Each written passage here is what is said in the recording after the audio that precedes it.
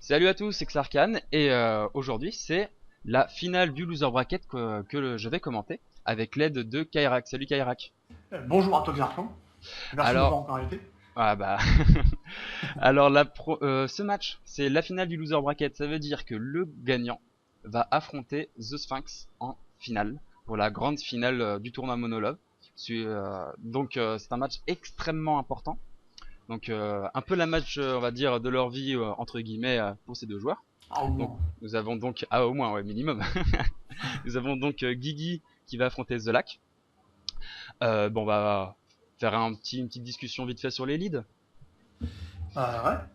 Alors nous avons alors Dragonite on l'a déjà parlé vite fait avant. Dragonite je trouve que c'est un lead pas mauvais.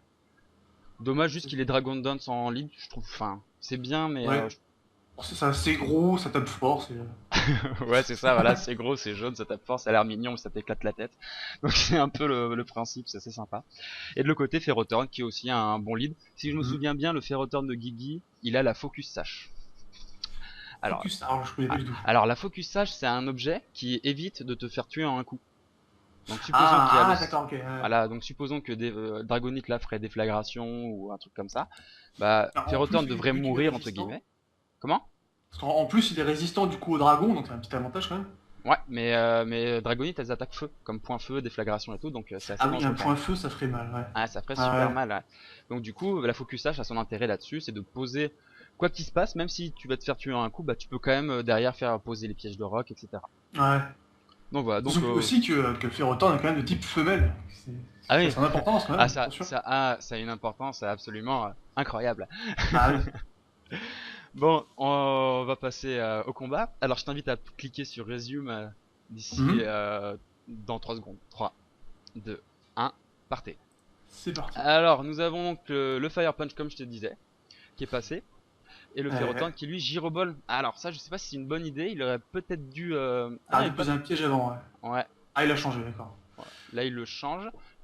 L'Earthquake derrière, plutôt bien anticipé de la part de Zola qui s'est dit peut-être qu'il a Mhm. Eatran, je vais essayer d'anticiper. Dragon Claw, le Scald qui passe critique, est-ce que ça va être brûlé? Ah, 3%. Ah 3%, c'est pas brûlé ouais. Donc là faut faire attention, il se protège, c'est très intelligent.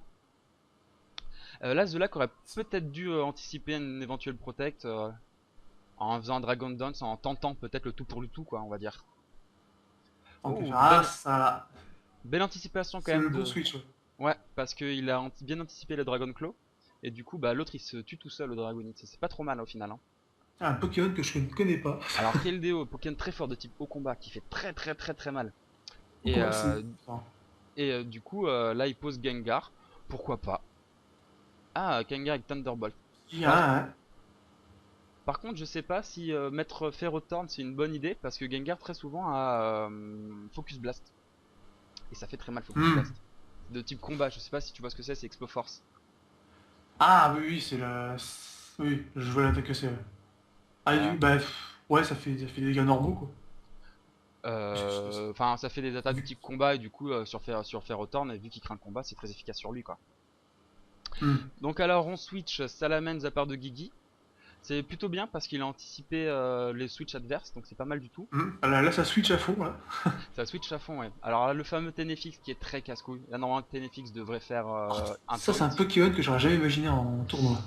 Bah, en fait, l'avantage de Tenefix, c'est que il a une capacité qui est farceur. C'est qu'en fait, toutes les attaques, on va dire, de soutien, comme Calmine, là par exemple, Recover, Taunt, Toxic ou tout ce que tu veux, tout ce qui est, on va dire, de soutien, a une priorité, comme l'attaque Pistoplume de Ah! Cycaillux. D'accord, je vois. Donc, du coup, effectivement, c'est chiant. Voilà, donc du coup c'est très chiant parce que là, Sableye par exemple, là le truc c'est qu'il a brûlé Vaporeon. Oui, puis du coup, Derrière, il lui fait un taunt pour l'empêcher de faire un soin ou quoi que ce soit. Parce que quand t'es taunt, tu peux... Oula, le critique qui passe, oh c'est bien ça. Alors là, ah, ça va là, ce que- tirer quand même. Alors là, ce qu'essaye de faire Guigui, c'est il essaye de brûler Sableye. Il essaie de le brûler avec le Scald. Hmm. Sauf que le pauvre n'a pas trop de chance, hein. C'est le troisième ou quatrième Scald qui Ça, passe. c'est 30% de chance de brûler. Exactement. Et un Sableye brûlé, c'est un Sableye qui en chie vachement plus déjà pour... Ah, enfin la brûlure qui Ah, passe. sachant que, ouais, vu que ça réduit les dégâts en plus. Bah en fait, on cherche surtout à l'embêter avec on va dire La dégène. Ouais, la régène, c'est ça. Hmm. Bon, bah Vaporeon, là il a essayé de faire un Elbal, mais il aurait dû faire un Scald. Parce que Sableye allait forcément faire un taunt. À nouveau le Will-O-Wisp. La Shadow Ball. Effectivement, il est chiant. Ah, c'est extrêmement chiant. Là, ce que devrait faire, là, il a 36%. Il Il aurait dû, à vraiment mon avis, mettre Dratak et bah, tenter un ouais, du outrage. physique, je pense, parce que là, avec x2 en résistance magique, un peu mal Oui, barré, quoi. ouais, c'est ça. Il aurait dû changer sur Dratak. Alors, je sais Voilà. pas comment est son Dratak, mais même s'il le brûle Sableye, avec le outrage, il aurait pu vraiment faire de très bons dégâts. Ah ouais. Puis Et au moins donc, le tuer, quoi, parce que là, ouais, il. voilà, parce que Ah, il switch.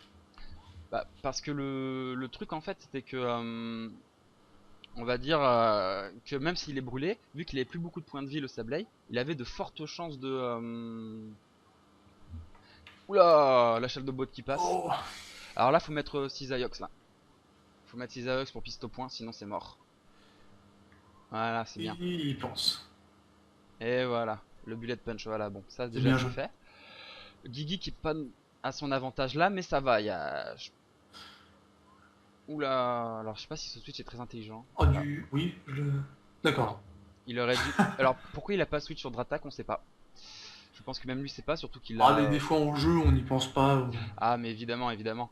Mais il aurait dû. Ah, le Fire Blast très bien anticipé de la part Ah, de Gigi. Très très bien anticipé.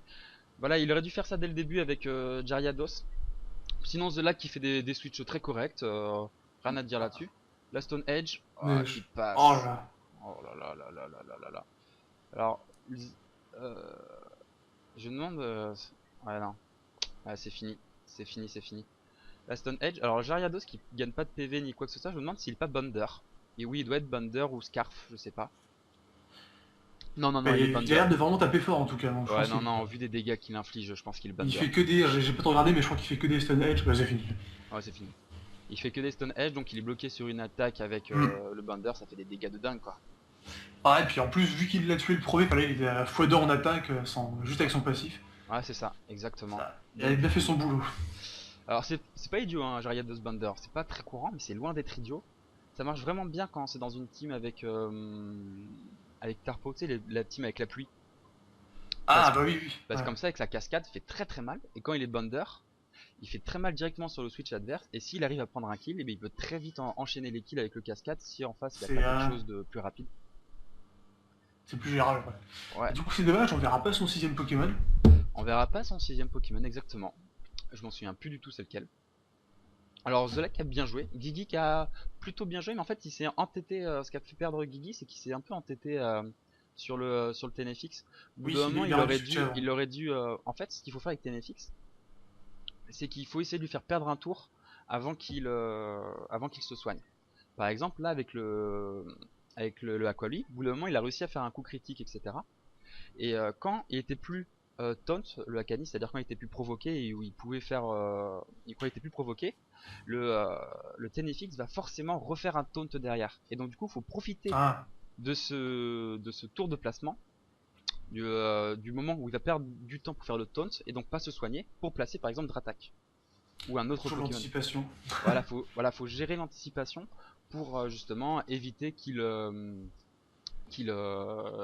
qu'il se soigne, etc. Donc là, vu qu'il avait plus beaucoup de points de vie, le Tenefix allait forcément brûler, mais même avec la brûlure, le Dratak, je pense qu'il aurait pu le tuer.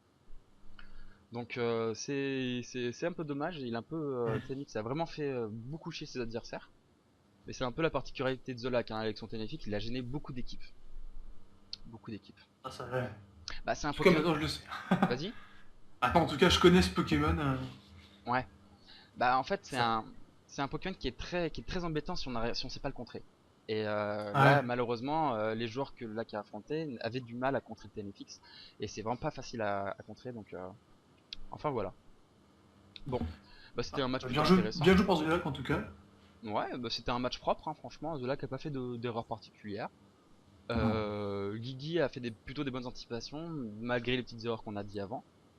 Mais sinon c'était pas trop mal dans l'ensemble. Voilà.